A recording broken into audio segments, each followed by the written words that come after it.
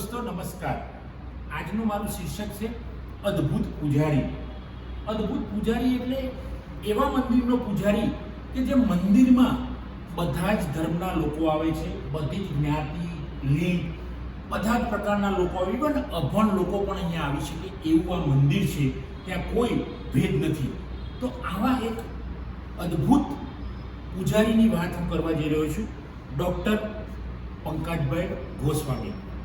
Doctor Pankajbhai Goswami sir એટલે ગુજરાત રાજ્ય ગ્રંથાલય ખાતાના ડાયરેક્ટર અને રાજ ગ્રંથપાલનો પણ ચાર્જ સંભાળતા વ્યક્તિ. અનેરું વ્યક્તિત્વ, સદાય ચહેરા પર સ્મિત વેરતા હોય. વિદ્યાર્થી જાય કે કોઈ અધિકારી જાય, દરેકની જોડે એક જ સરખો વ્યવહાર, ફૂલ જેવી સુગંધ એમની, જેમ કે ફૂલના માટે કોઈ પક્ષપાત નતો હતો, એવા પૂજારીની વાત છે. આ પૂજારી એટલે હમણાં જ હું 15 દિવસ પહેલા એમની મુલાકાત લેવા ગયેલો, વિદ્યાર્થીઓ સાથે હતા અને વિદ્યાર્થીઓએ જે એમનો ફીડબેક આપ્યો એ ફીડબેક ઉપરથી મને આ એમના ઉપર વિડીયો બનાવવાનો વિચાર આવ્યો કે સર, આટલા મોટા હોદ્દા પર બેઠેલા Pankaj sir, doctor Pankaj sir કેટલી નિખાલસતાથી વાત કરે છે. મિત્રો, જ્યારે વિદ્યાર્થી ફીડબેક આપે છે, મારી સાથે દીકરીઓ હતી, દીકરાઓ હતા, એ બધાએ 100% પોઝિટિવ ફીડબેક આપ્યો. અને કેટલાક વિદ્યાર્થીઓએ મને કહ્યું ખરું કે સર, આમના પર સ્પેશિયલ વિડીયો બનાવો. એ દિવસે મેં ત્યાં તો વિડીયો બનાવેલો લાઇબ્રેરીનો અને પંકજ સર સાથેની મુલાકાતનો. પણ આ એક વ્યક્તિત્વ, જે માણસ, હું તો યોગી કહું છું, અમને ભક્ત કહું છું, પુસ્તકોનો ભક્ત, પુસ્તકોનો પૂજારી, પુસ્તકોનો યોગી, આવા પંકજભાઈ, ડૉક્ટર પંકજભાઈ સરને હું વંદન કરું છું કે સદાય તરબોળ પુસ્તકોમાં, પુસ્તકની પ્રવૃત્તિઓમાં તરબોળ રહેવું, કર્મચારીઓ જોડે સરસ વ્યવહાર કરવો અને ગ્રંથાલય પ્રવૃત્તિને ગુજરાતભરમાં ફેલાવવી, નવા ગ્રંથાલયો શરૂ કરવાની અંદર એમનો અનહદ ફાળો છે.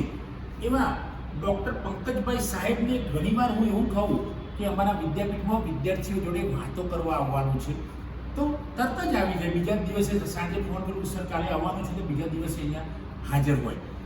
સેમિનાર હોય, અમારા ત્યાં નેશનલ સેમિનાર હોય, સામાન્ય પ્રવૃત્તિ હોય, ને એમને કહું કે સાહેબ તમારે અહીંયા આવવાનું છે, તાત્કાલિક આવી જાય. આટલું બીજી શેડ્યુલ હોવા છતાંય ચહેરા પર મિત્રો હાસ્ય રાખવું.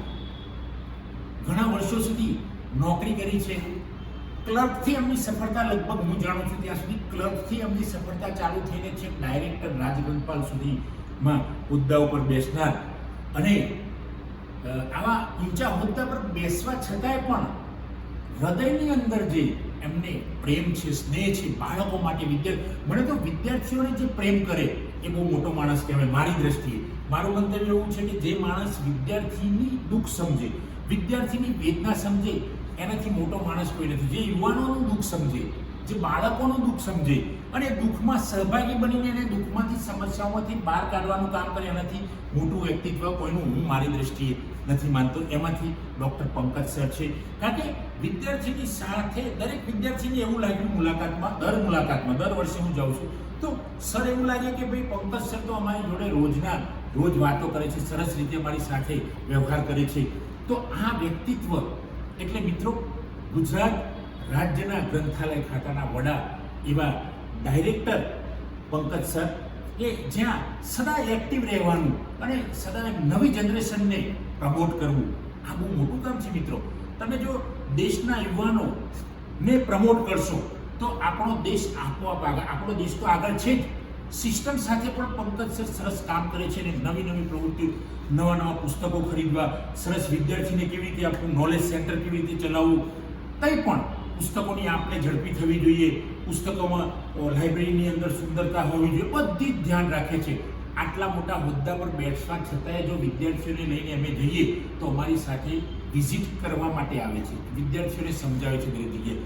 તો આવા ડૉક્ટર પંકજ સરને હું વંદન કરું છું મિત્રો. અને આપ સૌ આ વિડીયો જુઓ તો એનો એટલો પ્રસાર કરો કે સમાજની અંદર આવી વ્યક્તિઓ હોવી જોઈએ, સમાજની અંદર આવા અદ્ભુત પૂજારીઓ, યોગીઓ, જે પુસ્તકના યોગી છે એવા હોવા જોઈએ. અને આ વિડીયો જોશે તો બીજા વ્યક્તિઓ પણ સમજશે કે મારે પણ પંકજ સર જેવા બનવું જોઈએ. તો મિત્રો, યુવાનો જે પણ વાત કરે, વડીલો જે પણ આ વિડીયો જોતા હોય, એનો એટલો પ્રસાર કરો કે જે વ્યક્તિ ગ્રંથાલય ફિલ્ડમાં આવે, લાઇબ્રેરી ઇન્ફોર્મેશન ડિપાર્ટમેન્ટમાં આવે થાય કે ભાઈ મારે પણ પંકજ સર જેવો સ્વભાવ રાખવો જોઈએ, દરેકની સાથે હળીમળીને કામ કરવું જોઈએ. તોય સુંદર કામ થાય છે હળી મળીને કરવાથી, પ્રેમથી કરવાથી. તો આ વિડીયો જેટલો બને એટલો મિત્રો શેર કરજો. Thank you. જય હિન્દ, જય ભારત.